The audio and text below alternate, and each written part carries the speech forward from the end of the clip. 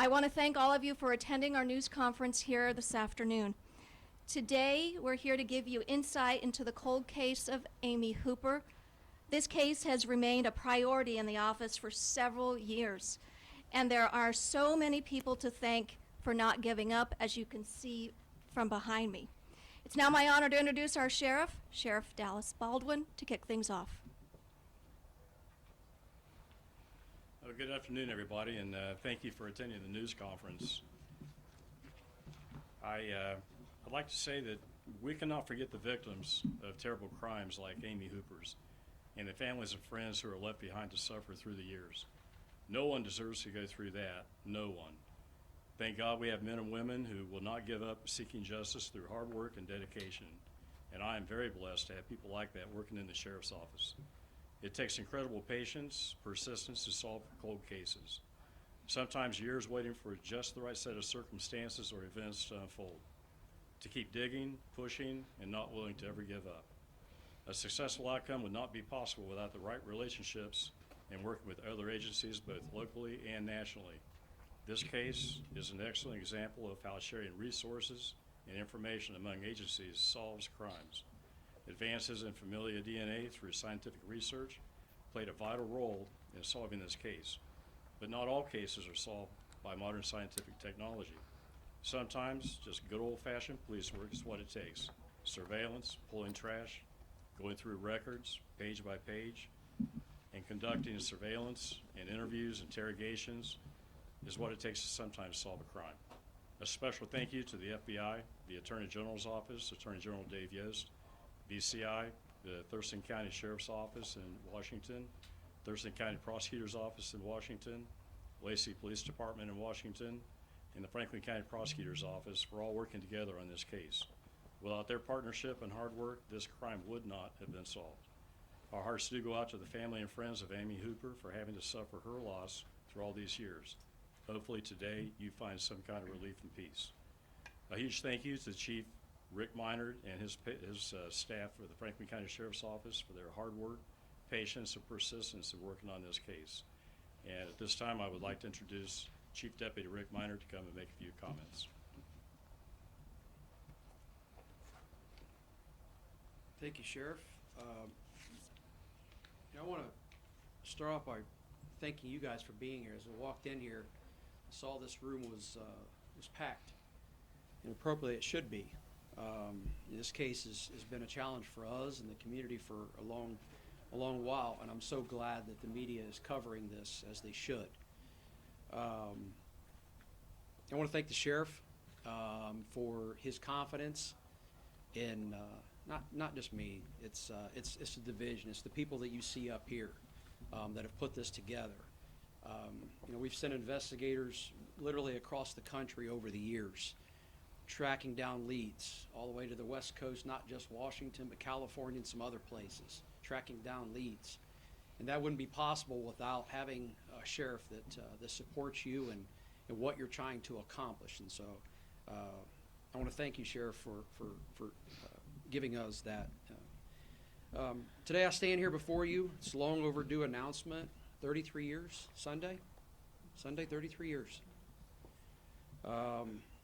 We finally made an arrest in this cold case of Amy Hooper, a tragedy that obviously shook the community back in November of 1992. Justice was delayed, but justice was not denied, and today proves that. Amy Hooper was only 20. I didn't know her, but from the accounts of the folks that did know her, they spoke highly of her. She was a vibrant soul with dreams and a loving family, but a future that was ripped away by violence. And for decades, her case sat unsolved. The lingering pain of her loved ones and the challenge for us who were tasked with delivering answers. But now, the wait's over. Thanks to the relentless grit of our detectives and our colleagues from BCI, FBI, colleagues in Olympia, Washington, and so many others. I'm sure there's some that we haven't mentioned here. And the breakthrough in forensic science, and you'll hear a little bit about that. But that's what's brought this killer to light. This arrest didn't just happen by chance. It's the fruit, as the sheriff mentioned, of countless hours of digging through old evidence, chasing faint leads, and harnessing D&I technology that did not exist in 1992. DNA came long after that. Time may fade memories, but it doesn't erase the evidence, and that evidence is what's led us here today. Bruce Daniels is in custody back here in Franklin County to face murder charges for the death of Amy Hooper. It's a step forward, but the journey isn't over. This case will end up in a courtroom, and hopefully my prayer is that justice is finally served. To Amy's family, I offer this. As a father, a brother, a son myself, I can't imagine what you've gone through. Your endurance and your trust have carried us to where we are today. We can't erase your loss, but we hope that today brings a measure of closure. To the public, I hope that the news of this case, and again, thank you guys for covering it, sheds some light of what happened back on that horrible day back in 1992. And we're still interested to hear from anybody who might have information. If you know anything about this case, I don't care how small that or insignificant that your information may seem, we want to hear about it. This case sends a clear message that we're never going to give up. No matter how many years pass, we'll pursue the truth. Amy Hooper's story didn't end in 1992. It lives on. And today, we honor her with action, not just words. Cold cases aren't forgotten. They're just waiting for their day. And today is Amy's day. Thank you. I'd like to introduce my good friend, Roger Davis from BCI. I can't thank him and his staff enough. We wouldn't be standing here today if it weren't for them. And so Roger, thank you, sir. Good afternoon. I just want to piggyback on what Chief Minard said. I want to thank Sheriff Baldwin. I want to thank Attorney General Dave Yost, as well as our partnerships with the FBI. I also want to thank this dedicated team that you see around us.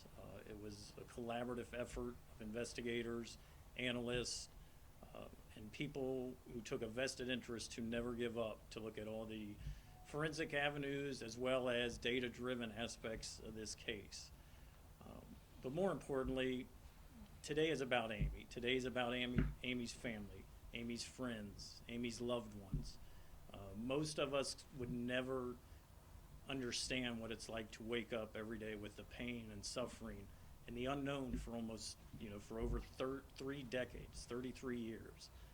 So as much and as proud as I am of everyone involved in this case, every one of them will say the same thing. Today's about Amy. So with that, I'm going to turn it over to Sandy Green, who is Amy's sister. Sorry for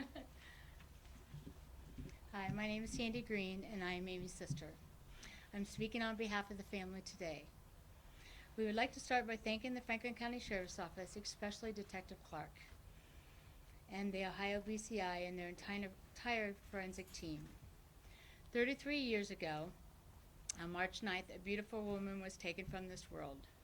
Amy Hooper was loving, kind, with an infectious laugh that I will never forget. Amy has missed so many incredible, important events in our lives. We all missed out on what Amy was going to accomplish in life. 20 years ago, Detective Clark called me in Colorado to let me know that he was the new cold case detective on her case, and he felt confident that Amy's case could be solved. I'm so thankful that he always stayed in contact with me and never gave up on my sister's case. He is our hero. We had all but given up that this horrific murder would be solved and that we would receive justice for Amy. And now here we are, seeking justice and finding closure. Our family is grateful to all of you for showing up and supporting our family.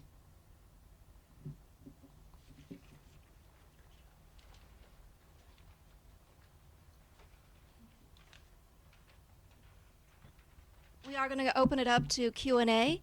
So if you have a question, also after the press conference, you are able to do one-on-ones with anyone who is available. So if you have a question, let me know and we'll get. Lacey? Yeah, what was the key piece of evidence or the tipping point in this case that when you guys finally were like, yes, we can make an arrest?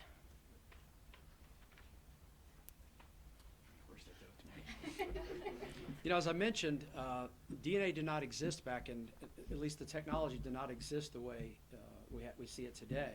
And so the DNA obviously is the key piece of this. It was, quite frankly, it was the missing link for all of these years. We had a profile from 1992, but that profile was unidentified. And so my colleagues here can talk about some of the databases that DNA profiles are kept in, but the DNA profile of Bruce Daniels was not in that database, and so a match could not be made. Over a number of years, it takes time to build out these familial DNA cases to identify family lineage. But then there's target testing that takes place, and what that looks like is going out and collecting DNA samples, sometimes covertly. The sheriff mentioned trash pulls and things like that. There's a whole bunch of things that we did over the years. You can only imagine everything we did for the last 33 years, or at least 20, since this guy was involved in it. And so we finally got the profile identified. And so that was the break in the case that we were missing for all of these years. That break took us to the West Coast a couple different times. I don't know, three or four times took us to the West Coast. And so that culminated in presenting the case to the prosecutor's office here in Franklin County, who would assume the eventual prosecution of that. And I can't say enough about them and their willingness to take on this case. These aren't easy. But they sort of gave us the green light, if you will. And so here we are. Bruce Daniels in jail where he belongs, and hopefully in due time he'll be where he belongs, and that's in prison. So I don't know if I answered your question, but Were you guys able to find a motivation, figure out why? you know, it's difficult to have a motivation after 30-some years. To answer your question, no, that's part of the unanswered part of that hopefully will come out in court. This will all bear itself out there. What motivates somebody to brutally murder a young woman like her that had so much life and so much to offer, a beautiful young girl? I have no idea what kind of monster that takes to do that. And so, no, I don't know what would motivate him or excuse that kind of behavior. So, no. But Do they hopefully we'll know if they more knew answers. each Yeah, other? did they know each other? Was there a acquaintance? Sorry, Chief. Those are still things that we're sorting out, what the relationship was. I don't want to comment on that now. I don't want to litigate the case here from a podium. Those will be facts that'll bear out in the trial. So I don't want to get into some of those details, but that'll be a key piece of the case moving forward. And where was Daniels over these 33 years? Was he always in Washington State? Had he been moving around? What was he doing? Was he working when he was charged? We have, he was in Washington, Tumwater, Washington. So for those who are not familiar with that, it's a suburb of the Olympia area. That's where he was when he was taken into custody. But to answer your question, over the last 30 years, he lived in Columbus. He lived in Cincinnati. He was down in the state of Georgia. We know that for a little bit. And then obviously we found him in Washington State. And so yeah, he moved around. That's what's hard about these cases is people move on, and trying to track those people down. Again, as I started this out, I got to give big thanks to Sheriff Baldwin. That's not an easy decision when your chief comes to you and says, "Hey, I want to spend a significant amount of money to send investigators out to the West Coast," and he's like, "Is this going to lead to an arrest?" I don't know, boss. I don't know, but it's a lead that I feel like we gotta track down. And the trust that he gives to me and my division and these great people up here, like I can't speak highly enough about that. Not every boss would do that. And so yeah, we've been tracking leads down for a number of years, but it's only because of his leadership. To follow up on Steve's question, do you know exactly how many years he'd been living in Washington State? Chuck, 2 or 3? 3.5. Yep. Sandy, if I can ask you, what went through your mind when you finally heard, yes, we have enough to make that arrest, if you don't mind stepping up to the podium? Yeah, definitely joy. I dealt with Amy's death 33 years ago, and for me, just to have this possibility of solving this case was amazing. So when they said they were taking it and working with it with the DNA, I thought that was going to be amazing. So yeah, it's definitely joy to see this finally solved. Sandy, can you describe the moment that you got that call? Oh, yeah, I definitely. So I was at work, and Detective Clark called, and I had 2 employees around me, and all they said is I just sat down on the floor and just started crying. Of course, tears of joy, because I was very happy that we finally had it. We had a couple before that were close, and then those were kind of sad, but this was definitely beyond excitement, and yeah, I'm just so happy that they got to finally solve this case. Chuck, what did it mean for you to be able to make that phone call? I knew it was going to be called. It's hard to describe. Emotional. It's probably weird to see that I'm probably the most emotional person up here. Myself, but my guys included, all these guys helped me. I wouldn't be up here if it wasn't for these guys. To make that phone call, to be constantly in contact with Sandy, so many letdowns that I had to tell her, not yet. She'd call me, hey Chuck, you got anything yet? Sorry, no. I had to tell her no so many times. It was just disheartening. But I finally got to make that call, and whew, it was something. Several of you have used the phrase not giving up throughout these years. Can you describe what it's been like? You kind of said a little bit having to give those calls, but just constantly thinking about this and constantly having that motivation to solve this case. There's only so many cold case detectives, because quite honestly, it will consume you. So there's only so many detectives that can really handle it. And these guys up here with me are true cold case detectives that were with me every step of the way. I like to, in the police community, they refer to police officers as sheepdogs, because we protect the herd. I kind of liken myself to part sheepdog, part pit bull, part hound dog, because I don't give up. I don't give up, and when I latch on to something, I go for it. But all these great guys behind me were right there with me 100% of the way. So, And share with us. Can I, excuse me, Steve, can I add something? Sure. He obviously, he's getting some credit up here, the credit he deserves. But let me give you a little background, okay? Chuck worked here. This is his second go around, okay? This guy had a long career here at the sheriff's office. I had the pleasure of working with him as a fellow homicide detective. I was a supervisor, okay? No one was more passionate than Chuck on these cases. But Chuck had to retire. There's changes with the retirement system and all that, and Chuck had to retire. And I don't know how long it took him, probably about 5 minutes, he discovered that I retired too soon. And so he came back, and he went back through the academy with all his young cadets and everything to get back in here to do this job again. He had to start at the bottom of the totem pole.